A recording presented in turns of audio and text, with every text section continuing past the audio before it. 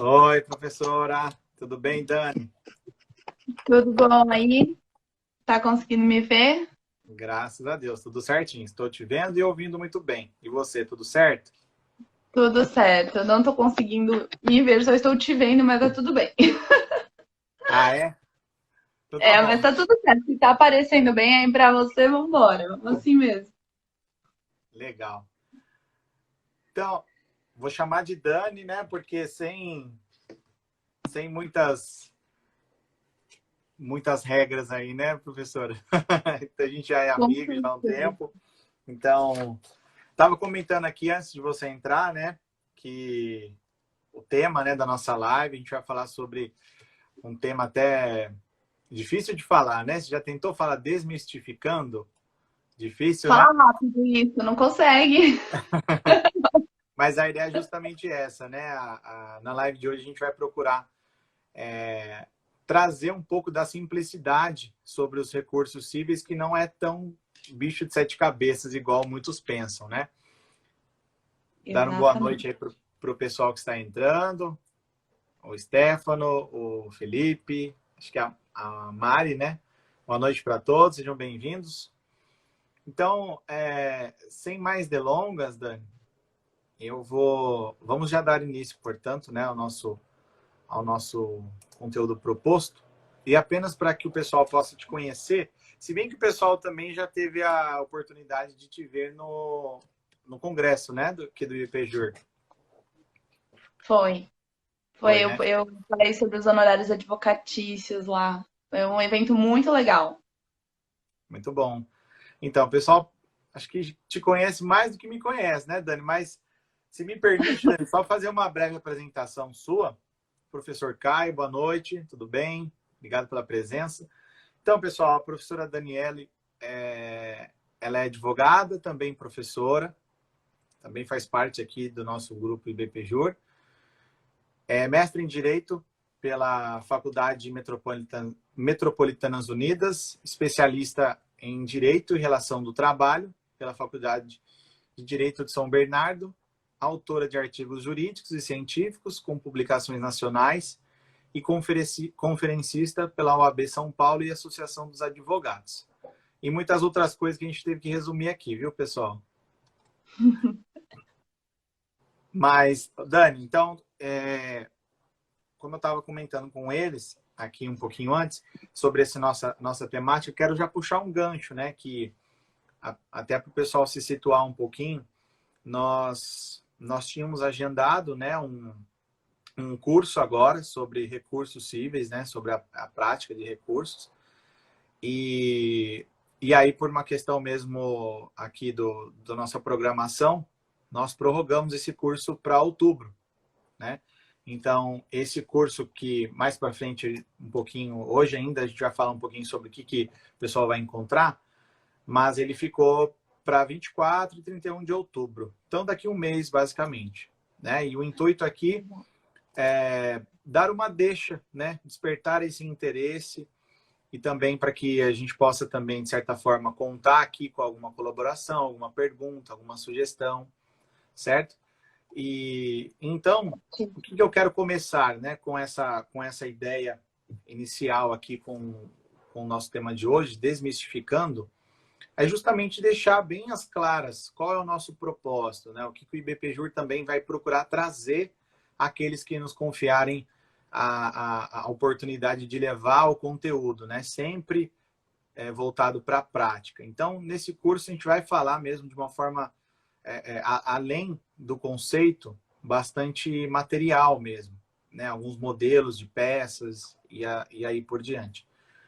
Mas, de uma forma geral, aí, quem nos acompanha, seja o público, os advogados, todo o pessoal aí da área jurídica, alunos, faz-se necessário, então, a gente relembrar esse conceito, né, de recursos. Então, obviamente que nós vamos aprofundar sobre esse tema nos cursos, são 2 dias, mas eu gosto muito, sabe, Dani, do Marcos Vinícius Rios Gonçalves, né, um juiz, e as obras dele de processo civil são muito bacanas, a forma, né, com que ele se expressa, muito didática. E ele tem, no livro dele, ele fala, né, de uma forma bem sucinta sobre os recursos como um inconformismo, né? Aquela ideia da insatisfação das decisões judiciais. Então, a gente já sabe, né, que na minha inquietude, né, assim que eu demando uma ação judicial, por questões mesmo, infelizmente, não tivemos ali uma solução amigável, instaurou uma celeuma, demandei uma ação judicial, dali a fase postulatória, depois contamos ali com uma decisão judicial. Após essa decisão judicial, aí pegando emprestado essa ideia de Marcos Vinícius Rios Gonçalves, o que a gente tem? Esse inconformismo. Esse inconformismo é justamente o que nos leva a essa ideia do recurso. E a etimologia da palavra, né, Dani, você bem fomenta isso, né, nos nossos materiais.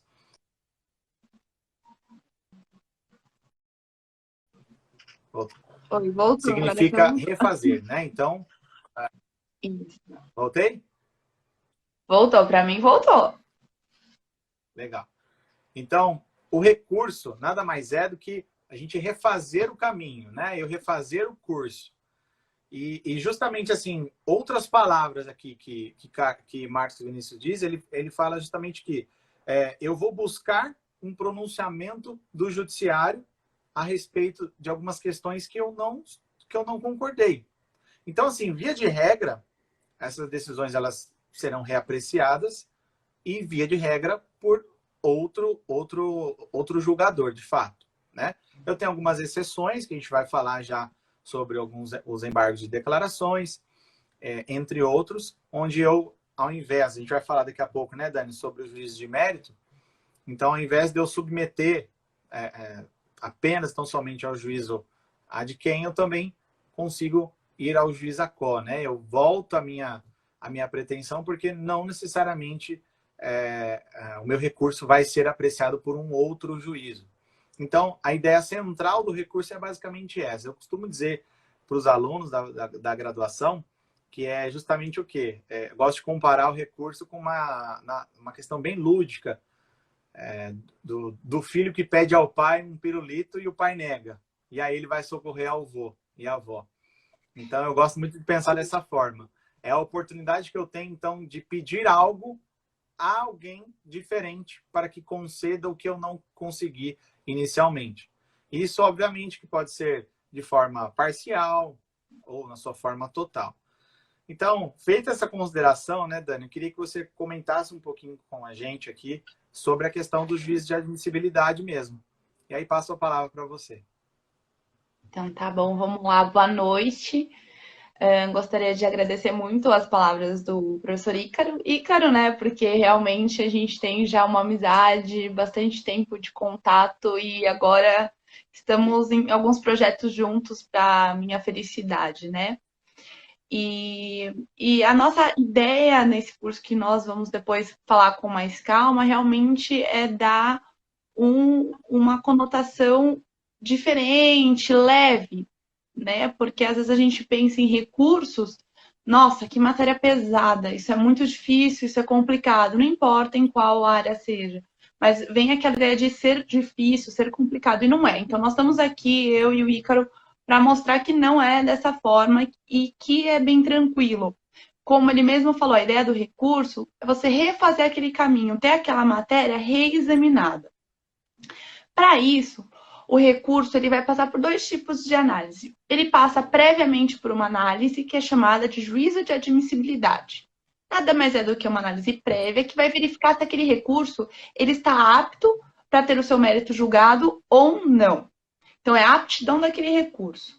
Esse juízo de admissibilidade, ele vai, na verdade, pode ser positivo ou negativo. Positivo, ele vai considerar que o recurso ele é admissível e que, portanto, pode continuar o percurso dele e haverá o julgamento do mérito, que vai entrar na questão, nas causas recursais propriamente ditas, nas razões. Uma vez que ele é negativo, então ele é considerado inadmissível, ele não é admitido e, portanto, não há nem que se falar em julgamento do mérito em si, tá?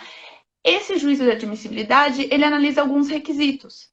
São eles requisitos subjetivos ou intrínsecos e requisitos objetivos ou extrínsecos. Eu acho fácil, de uma maneira fácil para nós assimilarmos, quando eu penso em subjetivo e intrínseco, eu vou falar sobre requisitos que estão vinculados com o seu direito de recorrer. Já quando eu estou falando de um requisito objetivo ou os extrínsecos, estou analisando a forma como você vai executar o seu direito.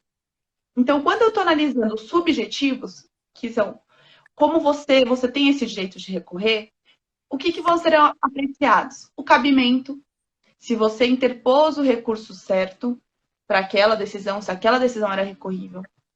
Ele vai analisar a legitimidade, se aquela parte que está interpondo o recurso, se ela realmente tem legitimidade para isso ou não, tá? E aí, depois, no curso, nós vamos tratar cada parte, falando de uma forma bem mais detalhada.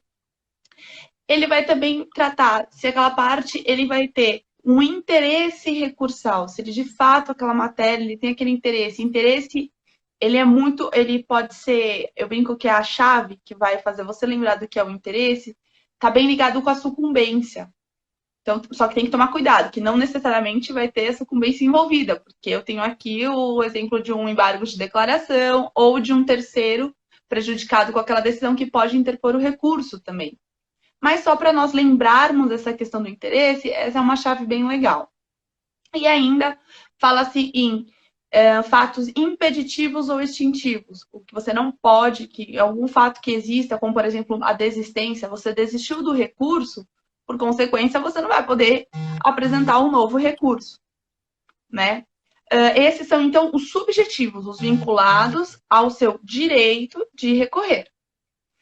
Agora, os objetivos, que também ainda estão nessa análise do juízo de admissibilidade, ele vai analisar se você recolheu, se havia um preparo, ou seja, uma taxa de recolhimento das despesas daquele recurso, e se elas foram recolhidas de forma certa. O tempo, o prazo que foi interposto esse recurso. Agora, com o CPC de 2015, ele deixou uma forma unificada. Então, ele põe 15 dias para a interposição de todos os recursos, com exceção do ED, que são 5 dias. Mas esse prazo vai ser verificado, se você recorreu no tempo certo. E aí, por fim, ele vai também analisar a questão da regularidade formal. Porque o recurso, a lei determina que sejam cumpridos alguns requisitos. Então, ele precisa ser escrito, ele não pode ser genérico, né? Ele precisa, de uma forma geral, ele precisa impugnar especificamente cada detalhe daquela sentença, cada ponto que você quer recorrer, né? Ou também, no caso de um recurso extraordinário, eu preciso apontar a existência de uma repercussão geral ali, né? Então, esses são os requisitos objetivos. Então, juízo de admissibilidade, vamos assimilar que é uma análise prévia que vai verificar se o recurso poderá ser julgado ou não. Passado isso, ele sendo admissível, esse recurso, o tribunal vai passar para análise do juízo de mérito, tá? E aí, o juízo de mérito, o professor Ícaro vai comentar um pouquinho com a gente. Legal, Dani, muito boas considerações. O que eu quero destacar na questão do juízo de mérito é que essa pretensão, portanto, né, do nosso recurso, ela pode ser na verdade, de 4 formas. E aí, pessoal que gosta de anotar aí também, fica aí a sugestão, né? Ele pode ser, portanto, de invalidação, reforma, integração ou esclarecimento. Então, ele é composto pela causa de pedir e o pedido recursal. Em outras palavras, já até comentei um pouquinho aqui antes, né, Dani? Ele vai ser submetido a uma única apreciação. Aquela ideia do órgão ad quem. Eu vou, na prática, né, eu tenho uma decisão aqui de primeira instância,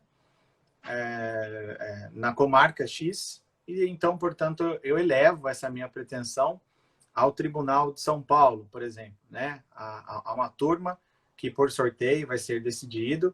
E o meu objetivo é justamente esse, né? Então, via de regra, ele vai ser apreciado por outro. E aí eu comentei aqui um pouco antes que existem recursos que permitem essa retratação do juízo a quo, certo? É aquela ideia mesmo de que o efeito regressivo, né? A Dani daqui a pouco vai falar um pouquinho sobre esses efeitos, né, Dani? Os efeitos dos recursos, devolutivo, etc.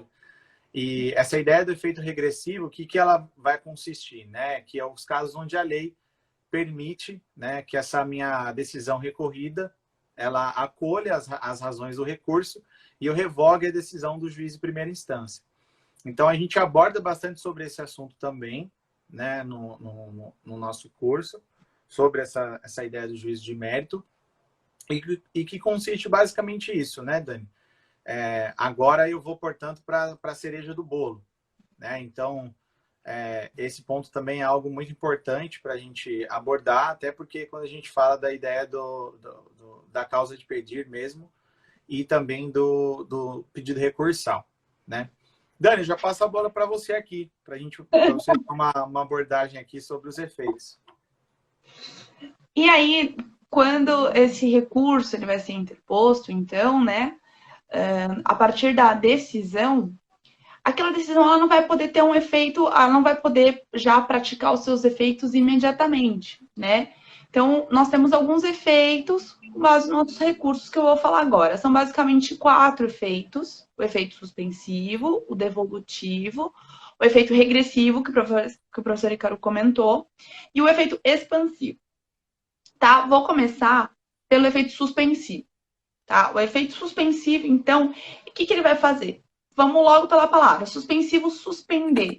Então, ele suspende, ele não vai permitir que a sentença ela tenha a produção do seu efeito imediato.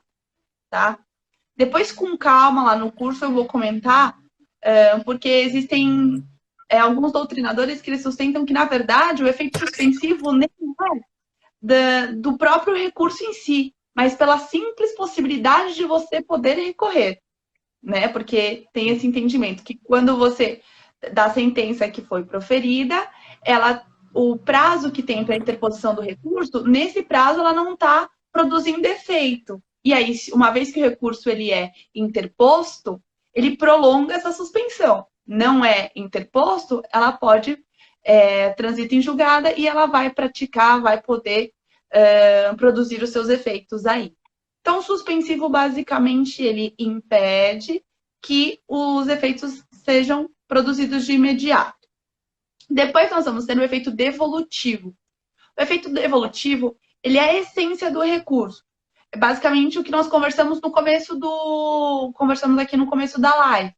O que é? Você vai devolver aquela matéria para ser apreciada de novo. Então, ela é a essência de todo recurso efeito devolutivo. Você devolve para que aquela matéria que você está inconformado com a decisão seja reanalisada, reapreciada, tá? Esse efeito, ele tem, na verdade, dimensões para a sua análise e que demandam um tempo maior para ser explicado, e nós vamos também falar no curso.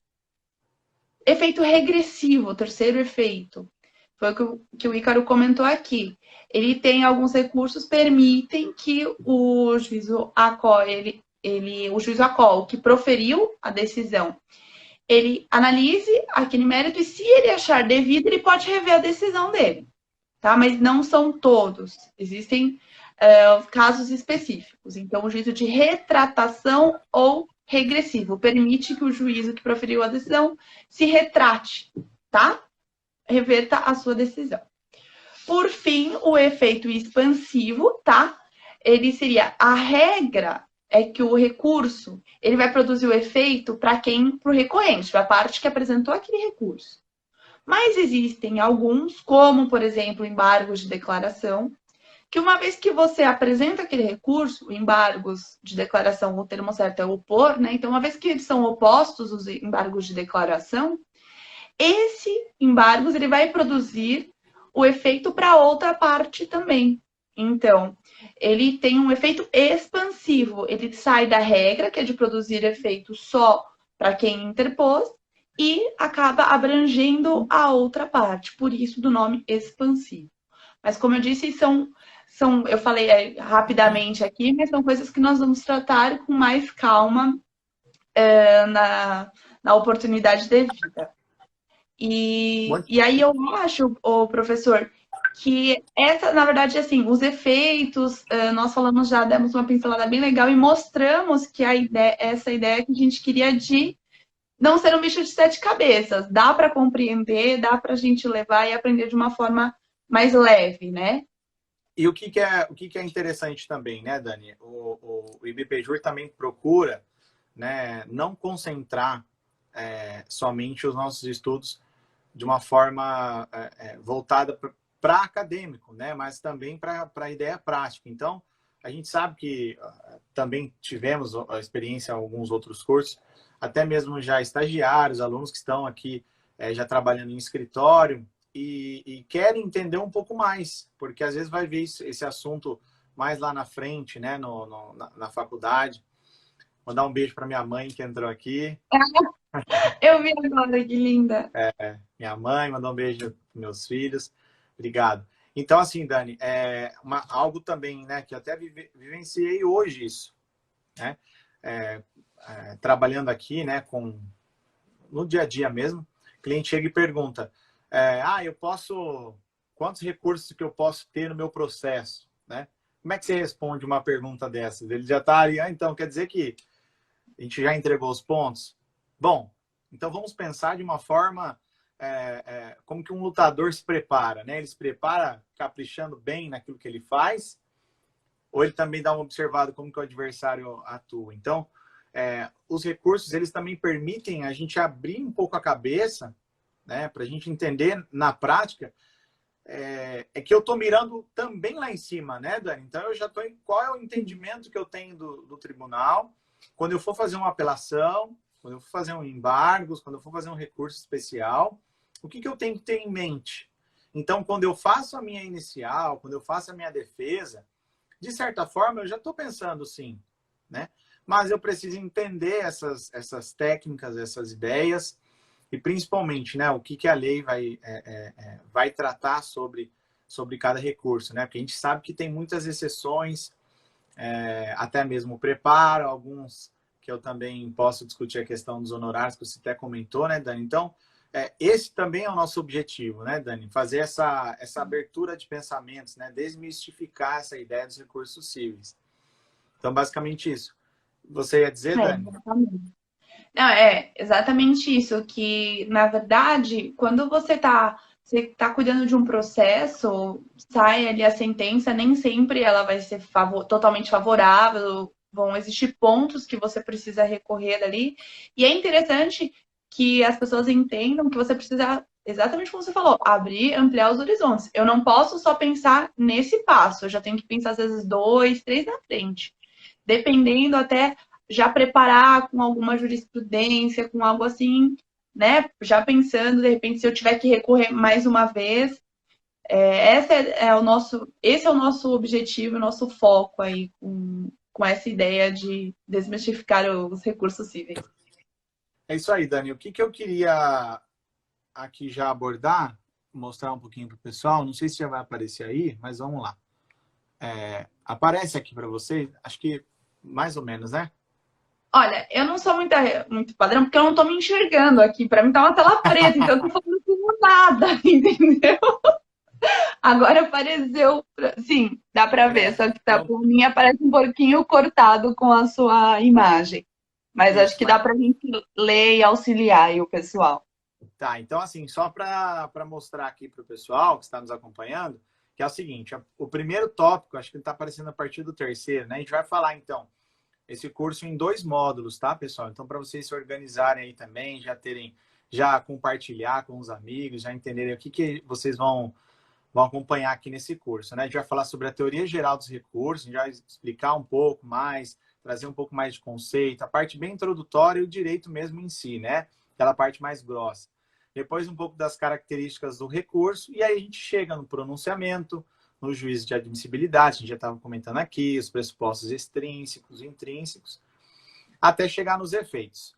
Depois a gente começa a falar justamente sobre alguns recursos. Então a gente traz ali a apelação, o agravo interno, agravo de instrumento, embargos de declaração, recurso ordinário, extraordinário e o embargos de divergência ao final aí, né? Então, tá bem preparado, né, Dani? Além disso, também alguns modelos, né, de recursos. Salvo engano, a gente traz modelo de todos, né, Dani? Isso. Essa parte pra mim é legal, porque às vezes, normal, no dia a dia, às vezes você não tá tão adaptado a trabalhar com aquele recurso, ou nunca fez. Quem nunca se deparou com uma situação, nunca fez aquele recurso. Então, nós vamos trazer um modelo aí. Eu acredito que sejam todos, pelo que eu tô me recordando agora, são todos que a gente apresentou o modelo, sim.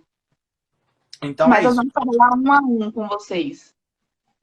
É isso aí. Eu não sei se o pessoal tem alguma pergunta, quiser colocar aqui pra gente, mas o que eu quero reforçar, né, Dani? Então, assim, já fazer o convite aqui para o pessoal, né, para voltado para a prática mesmo, né, esse curso. Sim. E para ficarem ligados aqui no IBPJUR, compartilhar a página, aí, apertar o coraçãozinho aí, encaminhar para os amigos, que daqui a um mês, basicamente, então a gente se encontra, serão 2 módulos aos sábados, né, Dani, das 9 ao meio-dia. Ao meio-dia, então isso. Vai ser bem solto, estaremos juntos, eu e a professora Daniela, nos 2 dias. Então a gente conta com vocês conseguem acessar pelo site também, né, do IBPJUR para fazer a inscrição. Então vamos em frente. Continuem nos acompanhando. Além do nosso curso, tem outros cursos maravilhosos aqui. O professor Caio também acabou de compartilhar um outro com uma equipe maravilhosa de professores também. Então tudo aqui muito bacana, preparado com muito carinho para vocês. E se nos derem a honra, tenho certeza que vocês vão gostar bastante. O corpo, o tempo de IBPJUR em si é muito, muito capacitado, os cursos são excelentes, sempre trazem muita atualização, que é importante, e é uma coisa bem leve, bem que a gente não é questão assim do informal, né? Mas é leve, mostra para vocês o que interessa mesmo, a prática. Então vale a pena. A gente espera vocês. Eu vou aproveitar também, assim como o Ícaro mandou beijo para os filhos dele, para a mãe dele. Eu tenho minha mãe e minha irmã estão me assistindo também. Não posso deixar de mandar beijo para elas, né? É isso aí. Imagina se eu não mando beijo, Ícaro. O que acontece? Elas vão ficar chateadas. Não, é isso aí, né, gente? E agora esse horário nobre da live, né, é muito concorrido, né, Dani? Então a gente está... Poxa, Estamos sendo demais, professor Diego. Obrigada, professor.